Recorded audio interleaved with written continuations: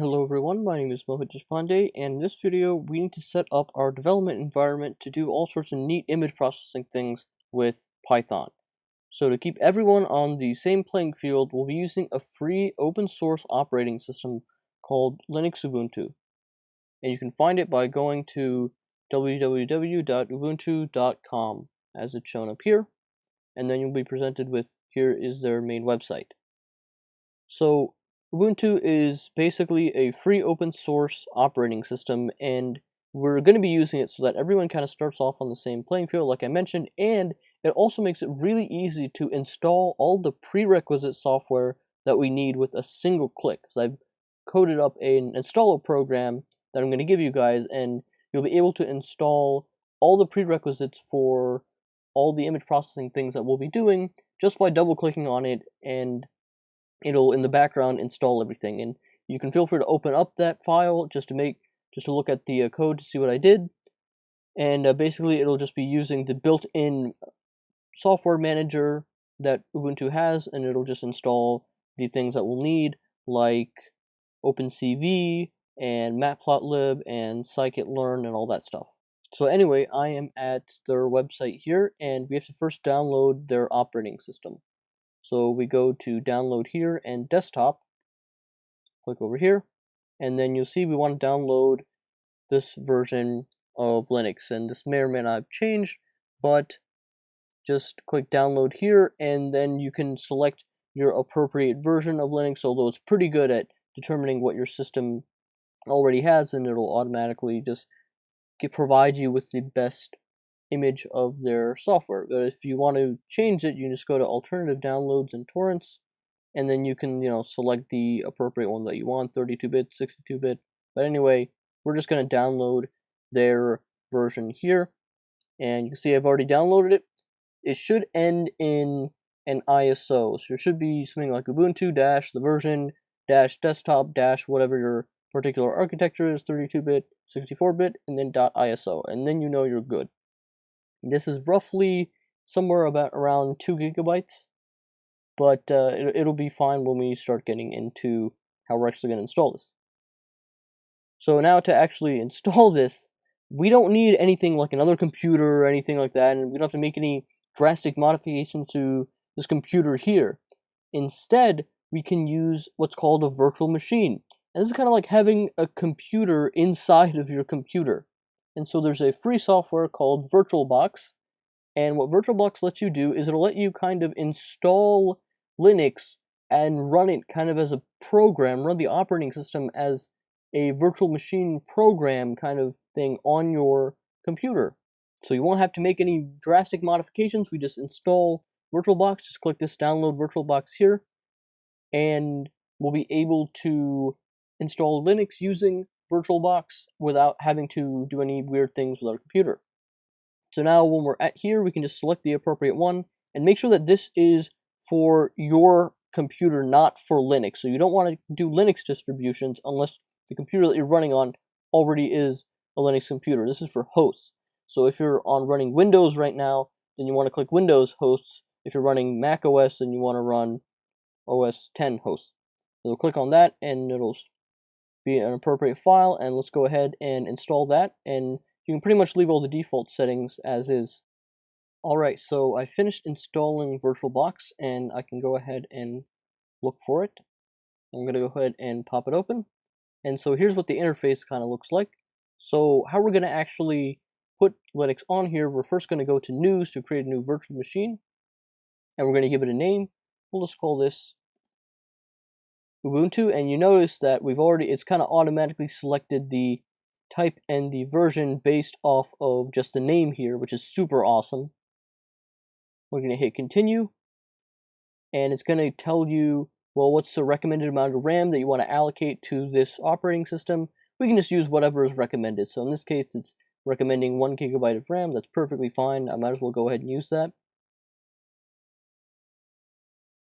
So now here's the interesting part, is we're going to be using this thing called a virtual hard disk.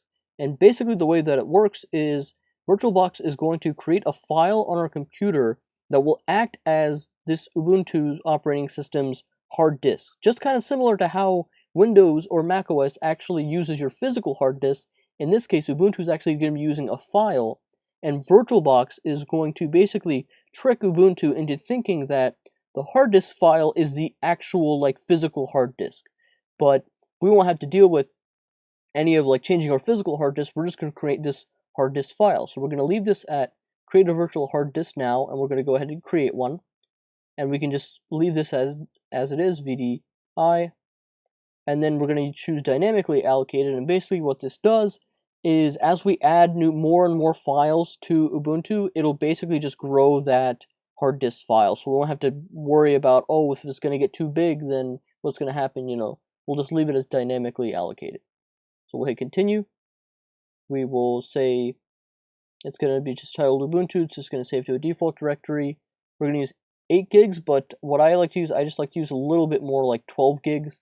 That way we have some extra space so that we can install like any of the operating system stuff. If you want, you can go up to like 20 or 25 gigs, but I'm just going to leave it at 12 gigs. Go ahead and create that. It'll take a second to create. And then what do you know, our operating system's right there. Okay, so now that we have this kind of set up, now is where the ISO system image that we downloaded from Ubuntu's website, this is where this comes in. So how we want to do this is we're going to click on this, we're going to go to settings, and then you can see we have a ton of stuff up here. But what we want to go to is storage, and you notice that this is empty, but we don't need this to be empty. This is this CD drive. What we actually want to do is to change this disk image to be that ISO that we downloaded. So we're just going to press this.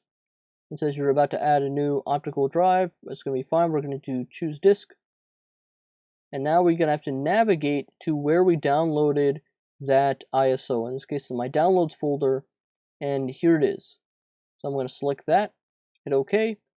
And now that this is all set up, we just have to check one last thing. We're going to go to the System tab and kind of take this optical and bump it up so that it's the first thing that is booted. And well, basically what that's going to happen is that kind of works similar to how your computer first boots up. When you hit the power key, what happens is on your computer there's a section of your computer's memory that holds the operating system, that tells you, that boots up the operating system, that says, hey, let's load all these windows and boot up all these processes and whatnot.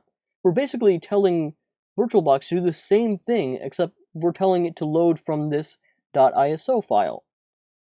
So we just have to make sure that this boot orders is optical is the first thing, and that's pretty much all we need to do. So just double check that this storage, it points to the Linux distro that we downloaded earlier, and to make sure that this optical is the first thing, and then we'll hit OK, and that will save everything. And awesome, now we can go ahead and start and load up our virtual machine. So I'm going to hit start.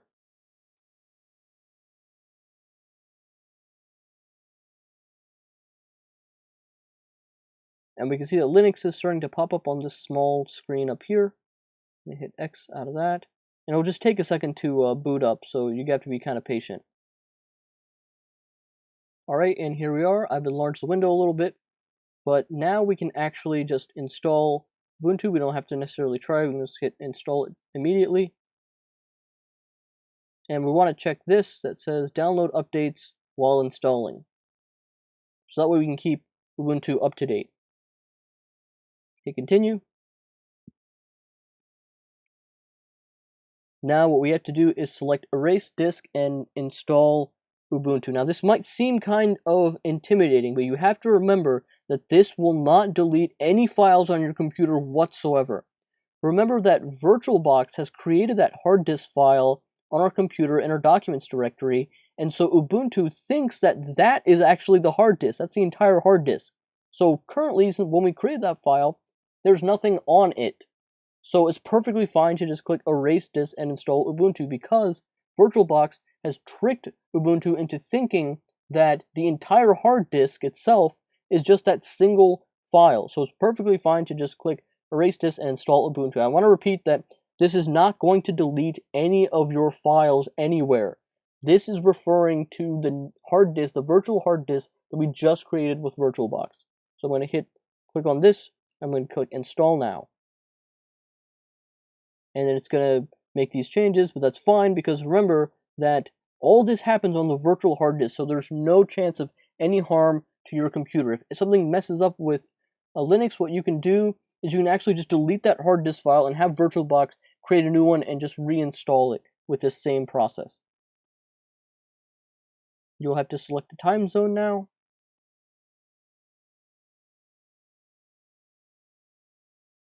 And then set up your keyboard.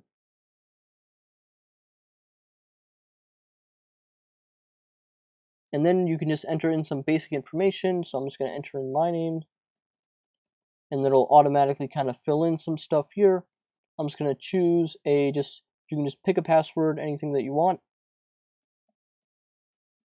In this case, my password is going to be password, and it's telling me it's a weak password, but we're just going to go ahead and hit continue.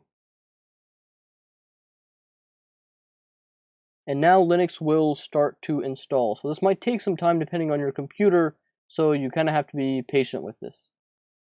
We'll be right back when Linux has installed. Okay, and we're back, and Linux has successfully installed. And it says we have to restart a computer, but by computer it actually just means the virtual machine, so we might as well hit restart now. And it'll go ahead and restart our virtual machine.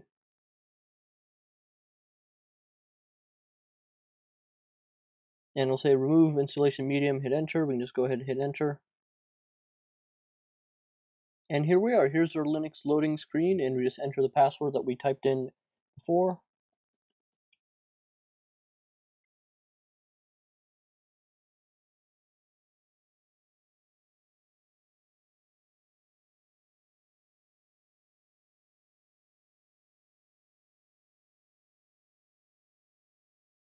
And here we are in Ubuntu Linux, and it's kind of showing us some helpful stuff here, but I'm going to close out of that. And there we go. Now we have Linux all set up in our VirtualBox VM, and if anything happens weird with this, you can always just delete the hard disk file and reinstall using the same steps that we've just done. And now you'll want to download that configuration file that I'm going to provide for you guys.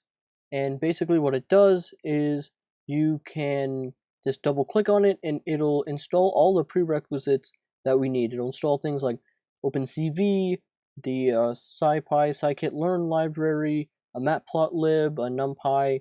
Those are just some of the libraries that'll install. If you want to know everything about it, you can just right click on it and you can open it. Then it'll ask for that password that you provided when you first installed Linux. Type it in, hit enter, and what it's going to do is it's going to show you all of the stuff that it'll be installing. And all this stuff is for things like the image processing stuff with OpenCV, like I mentioned, NumPy, which OpenCV uses, and then all of these prerequisite stuff. All this will install everything for you. So it's going to install a ton of stuff.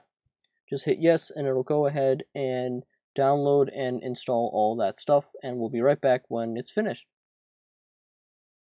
Excellent. So you can see that at the end of the script, you get this thing that says finished installing. Awesome. I'm just going to hit any key and it's going to disappear. Now we have all the prerequisites that we need. It was just a single click and everything installed. Fantastic. Now, there's one last thing that we have to do, and that is configure our Linux environment so that we can actually, type up code and run that Python code. And now we don't need some super fancy IDE to do this. We can use a built-in text editor. So if you just go up to here and search for text editor, we can just use a plain old text editor.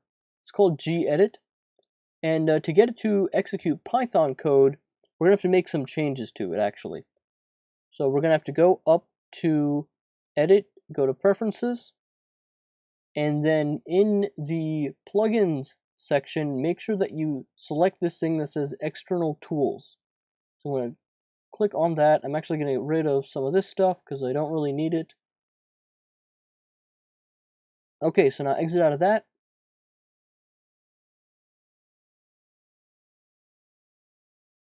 And now up here, you're going to have to go to Tools and Manage External Tools. And then up here, we click this plus symbol, and we're going to call it something like execute Python code. And then in this window, you have to type this exactly how I type it, okay? You can't make any, put a space, an extra space in there or leave a space out. It has to be precise. So what you want to do is do this #, exclamation point, /, there's where we're going to change it, usr/bin /env Python. And then we're going to type in import sys, enter, and then exec, exec, then in parentheses, sys.stdin.read, and then that's a function, and then close it. And you have to make sure that you type this very precisely. And now for the shortcut key, it can just be pretty much anything you want. I'm going to have it to be F5. For save, you can just say it does nothing. For input, you have to make sure that it says current selection default to document. So that way it'll run everything in the document. And then all languages, you can actually change that to, you scroll all the way down. You can see if you can find Python. You scroll all the way down here. There we go. Python and Python 3. Then this will only execute when we have appropriate Python files. So now let's actually test this. So exit out of this, and let's just type in, let's just save like some Python file. I'll save it on my desktop. I'll call it something like, I'll call it something like test.py or something. So let's save that, and gedit will automatically recognize that this is a Python file. And if not, then you can go to plain text and just say, well, here, let's use Python syntax, highlighting down here. So now let's do something simple like print hello world. Okay, save that file, and you can use that keyboard shortcut, or you can go to Tools, External Tools, and execute Python code. And at the bottom, you see it says hello world. It's executed our Python code. Excellent. So all the stuff that we did in this video is all just set up so that we can start doing really cool image processing things with Python using very basic tools. So just to recap what we did, we learned about virtual machines and Linux Ubuntu, and we downloaded the copy of VirtualBox and a copy of Ubuntu, and I showed you how we can install Ubuntu using a virtual machine, and everything that runs on a virtual machine, it doesn't do anything to your computer at all. In fact, what we did with VirtualBox was it creates a virtual hard disk file, and then it tricks Ubuntu into thinking that that virtual file is just a file on your computer. It tricks Ubuntu into thinking that that hard disk file is the entire hard disk. So then we can just go ahead and install Ubuntu, and then there was some configuration stuff that we had to do. And I provided for you guys a little script that will basically just install all the prerequisites for you with just a single click. I show you how to do that. And if you want to know like what's in the script, you can open it up in like a text editor or something just to see, what kind of stuff it's installing. I can tell you right now, it's going to be the NumPy library and OpenCV for image processing, then something like Matplotlib and scikit-learn, so that we can actually do any kind of machine learning or visualization stuff. Okay, and so this is pretty much it. This is all we need to set up our environment so that we can get started doing really cool image processing. We have everything that we need to begin, so let's go ahead and get started.